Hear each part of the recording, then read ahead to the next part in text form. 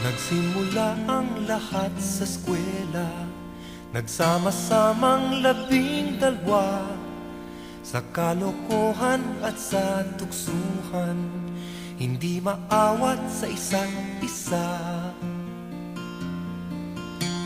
Madalas ang standby sa cafeteria, isang barkada na kay saya, laging may hawak-hawak na gitara, konting udyok lamang kakanta na. Kay simple lamang ng buhay nun, walang mabibigat na suliranin. Problema lamang lagi, kulang ang gatong. Sana napunta ang panahon? Sana nga ba? Sana nga ba? Sana napunta ang panahon? Sana